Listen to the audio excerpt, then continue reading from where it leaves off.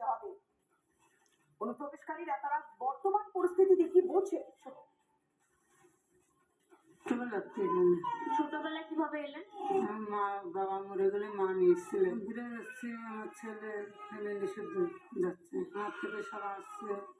মাইকি বলে যাচ্ছে যে বাংলাদেশে যাতে লোক আছে থাকতে পারবে না, সব সব বলছিল কোনো অসুবিধা হবে না। প্রবলেম কে বলেছিল অসুবিধা হবে না? এমনের লোক রয়েছে সব লোকজন এসে বলেছিল যে আমাদের ওদিকে পাড়ার লোক বেশিরভাগ তিন এমনই করে। প্রকল্প পেতে লক্ষ্মী ভান্ডারটা আমি পেয়েছি। তুই বলছে সব বাংলাদেশের লোক থাকতে পারবে না, বাড়ি এসে ঘর ছাড়াচ্ছে, ঘর শুধু তালা দিয়ে যাচ্ছে। ভাড়া দিয়েছিলেন, তিনি জানতেন আপনার বাংলাদেশে? হ্যাঁ, ওখানে একসাথে ছিল, এখন তো নেই।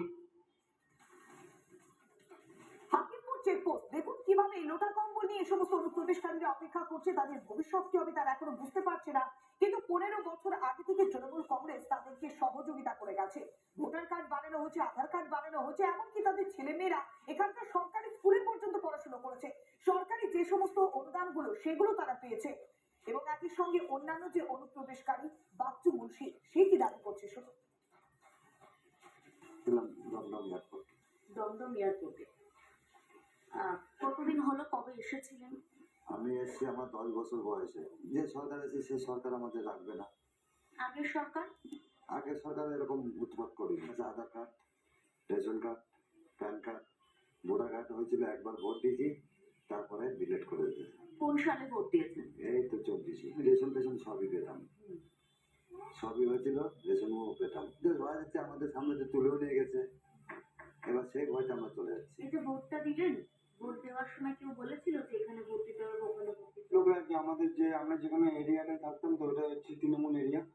তো আমার বাবা ওখানেই থাকতো, তো আমার বাবাকে বলেছিল যে এরকম আমরা তোমাকে সব ডকুমেন্টস করে দেবো, আর আমাদের একটু সাপোর্ট দিও। আমরাও থাকতাম, আমরা কিছু বুঝতাম না যে আমরা তো ওই দেশে থাকতে যাই, তো এর জন্য আমরা ওদের কথা মতো চলতাম। কে বললো যে ভোটটা তৃণমূলে দিতে হবে? মানে আমাদেরই পাড়ার লোক সব, ও হয়েছে মানে আমাদের পাড়ার সব তৃণমূল করে, তো তো বলছিল যে ভাই আমরা তো সব তৃণমূল করি, তো তুই তো আমাদেরই বন্ধু বান্ধব ভাই বেড়াদার হোস, তো তুইও তৃণমূলে ভোটটা দিস। আগে তো তৃণমূল ছিল, এখন বিজেপি, এখন পুলিশের চাপ বাড়ছে, সব লোকজন মানে ওনারা সব বলছে যে এরা বাংলাদেশি আছে, এদেরকে তুলে নিয়ে যাও। অবশ্য অনেকজনকেই তুলে নিয়ে গেছে।